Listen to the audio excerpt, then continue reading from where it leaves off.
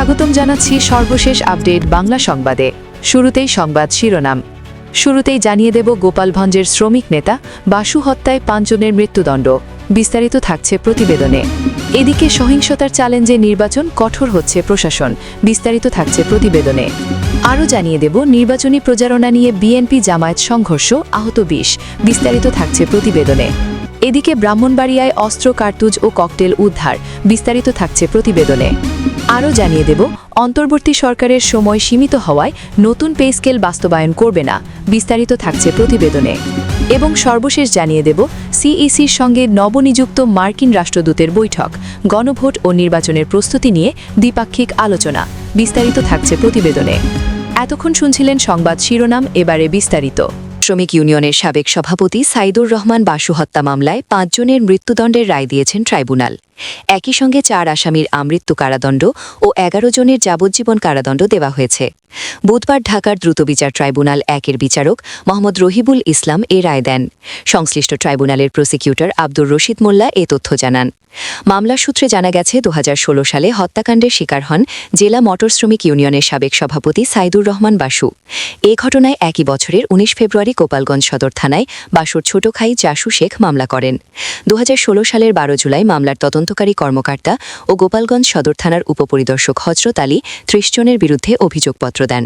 2017 সালের 29 আগস্ট গোপালগঞ্জ দায়রা জজ মোহাম্মদ দলিল উদ্দিন অভিযোগ গঠনের মাধ্যমে বিচার শুরুর আদেশ দেন। পরবর্তী সময়ে মামলাটি বিচার ও নিষ্পত্তির জন্য 2018 সালের 16 আগস্ট ঢাকার দ্রুতবিচার ট্রাইব্যুনাল 1-এ পাঠানো হয়। এই ট্রাইব্যুনালে আসামিদের বিচার কার্যক্রম শেষ হয়েছে। এদিকে সহিংসতার চ্যালেঞ্জে নির্বাচন কঠোর হচ্ছে প্রশাসন।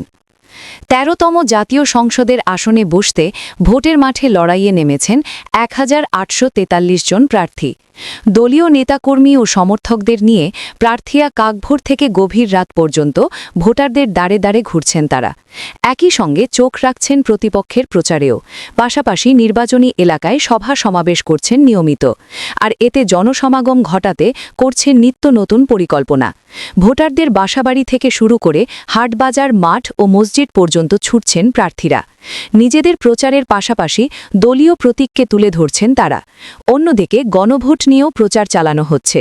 সবকিছু ছাপিয়ে সহিংসতাকে নির্বাচনের প্রধান চ্যালেঞ্জ বলে মনে করছেন রাজনৈতিক বিশ্লেষকরা। তারা বলেছেন, এবারের নির্বাচন যে কোনো সহিংসতা থেকে মুক্ত রাখা উচিত। যদিও সরকার ও নির্বাচন কমিশনের পক্ষ থেকে এ নিয়ে কোনো ধরনের শঙ্কা নেই বলে আশ্বস্ত করা হয়েছে।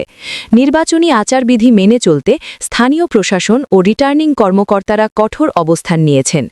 উৎসব মুখর পরিবেশে ভোটাররা যেন তাদের ভোটাধিকার প্রয়োগ করতে পারেন, সেজন্য সব ধরনের প্রস্তুতি নেওয়া হয়েছে বলে ঘোষণা দেওয়া হয়েছে। নির্বাচন কমিশন ঘোষিত তফসিল অনুযায়ী আগামী 12ই ফেব্রুয়ারি ভোট অনুষ্ঠিত হবে এবং একই দিনে জুলাই সনদ নিয়ে জাতীয় গণভোটও অনুষ্ঠিত হওয়ার কথা রয়েছে। নির্বাচনী মাঠে শান্তি শৃঙ্খলা বজায় রাখতে প্রশাসন সজাগ দৃষ্টি রাখছে।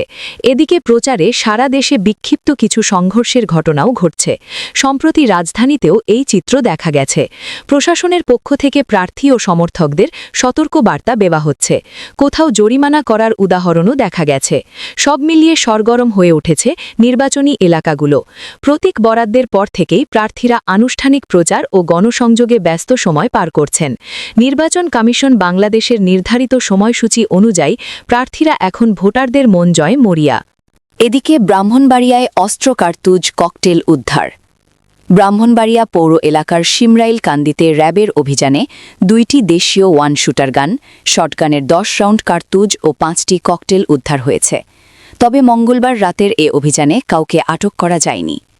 র্যাব 9-এর ব্রাহ্মণবাড়িয়া ক্যাম্পের কোম্পানি কমান্ডার মোহাম্মদ নূর নবীর পাঠানো প্রেস বিজ্ঞপ্তি থেকে জানা যায়, গোপন সংবাদের ভিত্তিতে রাত 12:15টার দিকে শিমরাইলকান্দি এলাকায় পরিত্যক্ত ঘরে অভিযান চালিয়ে এসব অস্ত্র, কার্তুজ, ককটেল উদ্ধার করা হয়। শিমরাইলকান্দি র্যাবের বোমা নিষ্ক্রিয় দল ককটেলগুলো নিষ্ক্রিয় করেছে। উদ্ধারকৃত অস্ত্র, কার্তুজ সদর মডেল থানায় জমা দেওয়া হয়েছে। এদিকে সিইসির সঙ্গে নবনিযুক্ত মার্কিন রাষ্ট্রদূতের বৈঠক, গণভোট ও নির্বাচনের প্রস্তুতি নিয়ে দ্বিপাক্ষিক আলোচনা। ঢাকায় প্রধান নির্বাচন কমিশনার এএমএম নাসিরুদ্দিনের সঙ্গে বৈঠকে বসেছে মার্কিন যুক্তরাষ্ট্রের নবনিযুক্ত রাষ্ট্রদূত ব্রেন্ট ক্রিস্টেনসেনের নেতৃত্বাধীন 3 সদস্যের প্রতিনিধি দল। বৈঠকটি অনুষ্ঠিত হয় বুধবার 28 জানুয়ারি রাজধানীর আগারগাঁওয়ের নির্বাচন ভবনের প্রধান নির্বাচন কমিশনারের দপ্তরে। সময়সূচি অনুযায়ী বৈঠক শুরু হয় বেলা 11:50 সিইসির সঙ্গে বৈঠকে নির্বাচন কমিশনের সিনিয়র সেক্রেটারি আখতার আহমেদও উপস্থিত ছিলেন।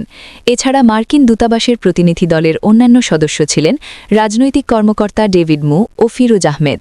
নির্বাচন কমিশন সূত্রে জানা গেছে বৈঠকে দেশের চলমান রাজনৈতিক পরিস্থিতি, আসন্ন জাতীয় সংসদ নির্বাচন ও গণভোটের প্রস্তুতি নিয়ে আলোচনা হয়েছে। দুই পক্ষই এই প্রক্রিয়ায় স্বচ্ছতা, নিরপেক্ষতা এবং তথ্যবহুল সমন্বয় বজায় রাখার গুরুত্বের ওপর জোর দেন। উল্লেখ্য, ১৯তম রাষ্ট্রদূত হিসেবে বাংলাদেশে দায়িত্বভার নেওয়া ব্রেন্ট ক্রিস্টেনসেন ১২ জানুয়ারি দেশটিতে আসেন এবং নতুন ভূমিকায় নিয়োজিত হন। এই বৈঠক তার বাংলাদেশের রাজনৈতিক প্রেক্ষাপট ও নির্বাচনী প্রস্তুতি সম্পর্কে গভীরভাবে অবহিত হওয়ার একটি গুরুত্বপূর্ণ উদ্যোগ হিসেবে বিবেচিত হচ্ছে।